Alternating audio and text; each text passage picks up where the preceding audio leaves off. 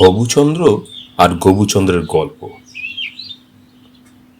হবুচন্দ্র বেশ ছিমছাম লোক। আজ নদীতে মাছ ধরছে, তাই সে মাছের জন্য দাঁড়িয়ে আছে।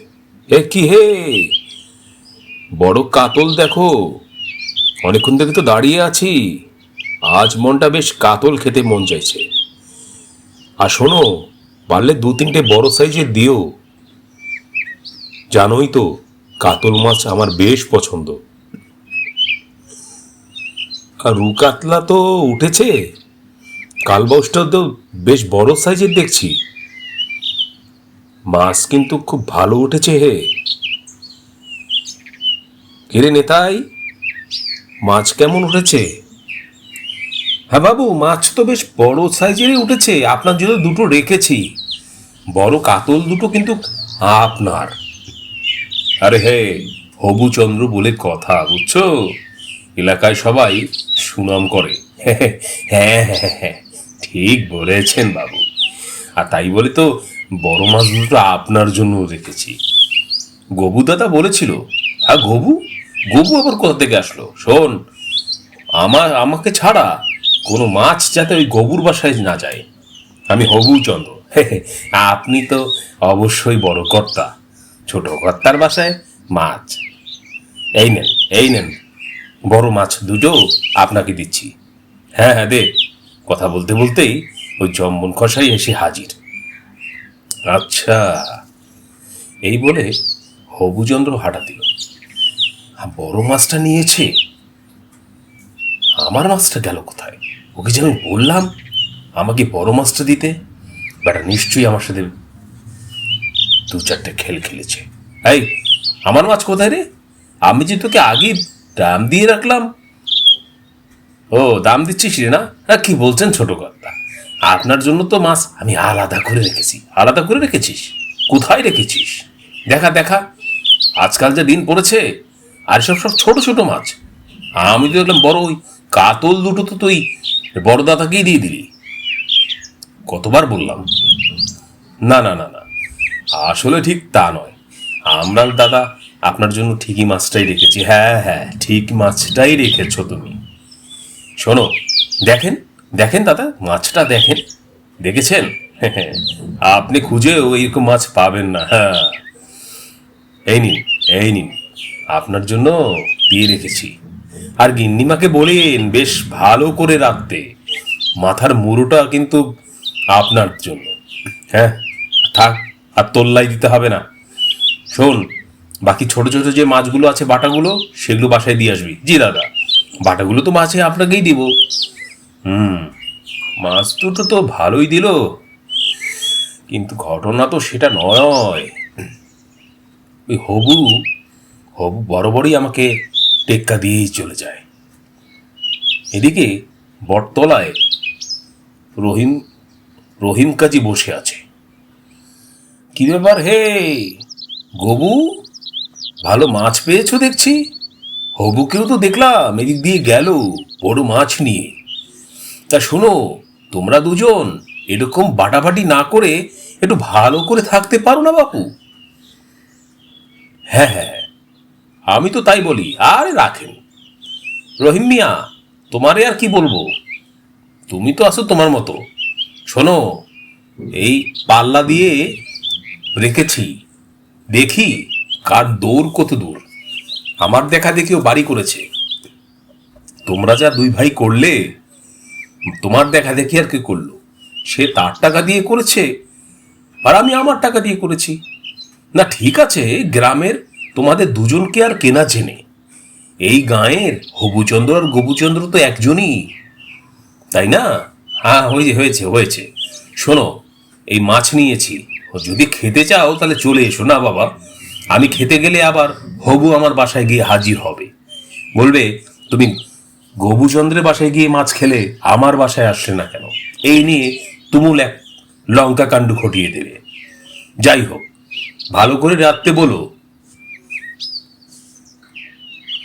হ্যাঁ, এই দুই ভাইয়ের কাণ্ড দেখে মাঝে মধ্যে মাথাটাই বিগড়ে যায়।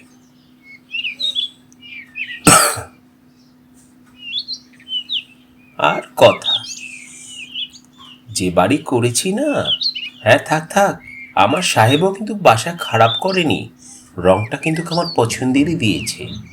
হ্যাঁ হ্যাঁ হ্যাঁ হ্যাঁ, আর আমার পছন্দেরও কিন্তু রংটা আছে। আর রং, শুনেছি আজকে বড় সাইজের একটা কাতল মাছ নিয়ে আসবে। কাতল মাছ? হ্যাঁ, কাতল মাছ নিয়ে আসবে। ও আচ্ছা। ও, দেখা যাক। আমিও তো আমার ওনাকে বলেছি কাতল মাছ আনতে, এলো বলে।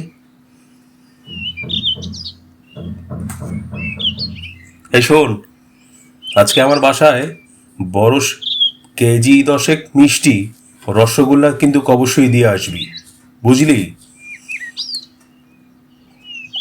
আর হবুর বাসায় কিন্তু তার আগে আমার বাসায় মিষ্টি যাওয়া চাই। আরে দাদা, মিষ্টি তো আপনার বাসায় যাবে। আরে মিষ্টি ওর বাসায় কেন যাবে হে? মিষ্টি আগে আমার বাসায় যাবে, আমার বাসায়। তোর মনে নেই? আমি গতকালকেই তো তোকে বললাম। এ কি অবস্থা, এখন কোথায় দেই তো? আচ্ছা, ঝামেলায় বললাম। শোন, তুই বাদ দে, তোর আগে আমি অর্ডার দিয়েছি। আর এই মিষ্টি এটা একমাত্র আমার জন্যই বানিয়েছে।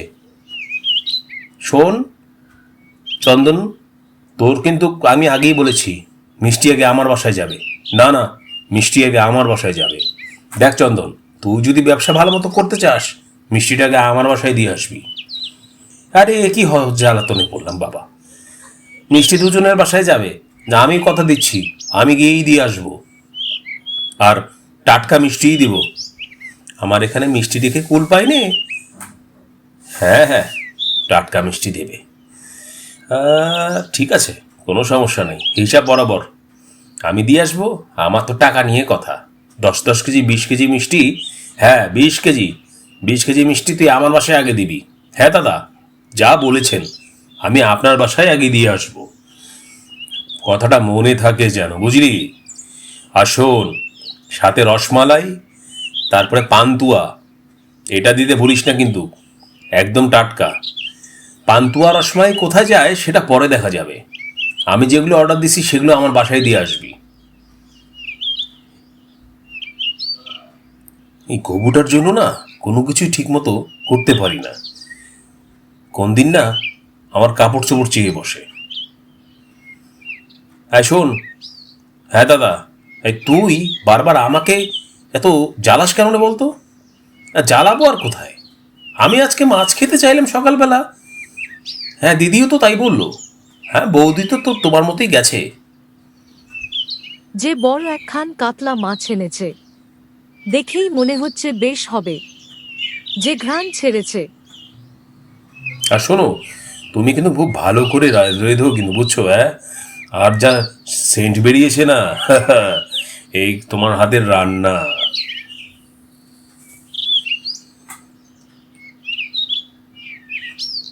যা সেন্ট বেরিয়েছে, মনে হচ্ছে ও বাড়ির রসাই ঘর থেকেই আসছে। হ্যাঁ, আমার ঘর থেকেই তো আসবে, এই জন্যই তো আসলাম। তোমার বাসায় তো আর খাবার হচ্ছে না। হ্যাঁ, আজকে এই পাকা কাতলের মাথা দিয়েই ভাত খাবো, মুড়ো দিয়ে। হ্যাঁ, তুমিও খাবে বেটা, আমিও খাবো।